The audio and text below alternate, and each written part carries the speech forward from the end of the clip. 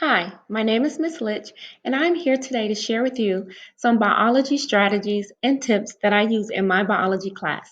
On behalf of Trio Upward Bound, I have created this video just as a science resource to help science students as they go throughout their biology course.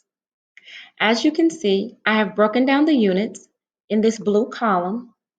These are the units that I follow as I'm teaching my science students. So we have biological compounds, cell structures, cellular reproduction, cells as a living system, DNA and protein synthesis, biotechnology, genetics, evolution and classification, ecology, human impact, characteristics of life. So as I begin to teach my students, I always tell them to pay attention to two major components of the classroom. The first one would be the standards that we are currently reviewing. So here I have the standards listed. The standards help the students to understand what the content is that we will be discussing in that unit. It gives an overview of what the unit is about, and then I also pair the standards with vocabulary. As you can see, this vocabulary has been broken down into Tier 3 words and Tier 2 words.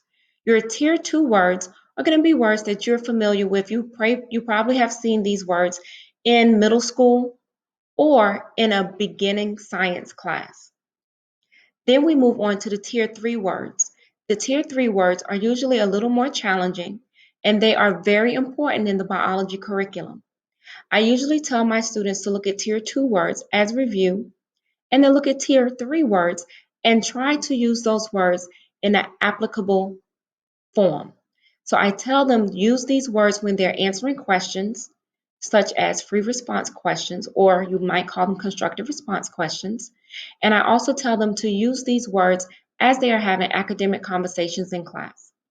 So my students will usually see these words on a word wall or in a word bank to assist them with getting more familiar with the terminology. I also have included here in this column a video playlist. The video playlist usually helps students to understand in a student-friendly format what concepts we have learned in class. These videos are very popular. These are found on a popular site called the Amoeba Sisters, and it is a very student-friendly website where students can go and look at videos and answer questions at their own pace.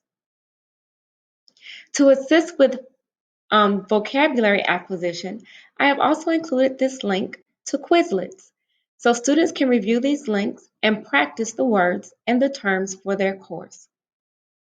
I hope this was helpful to you, and I hope this is a resource that you find helpful, and I hope this is a resource that you use.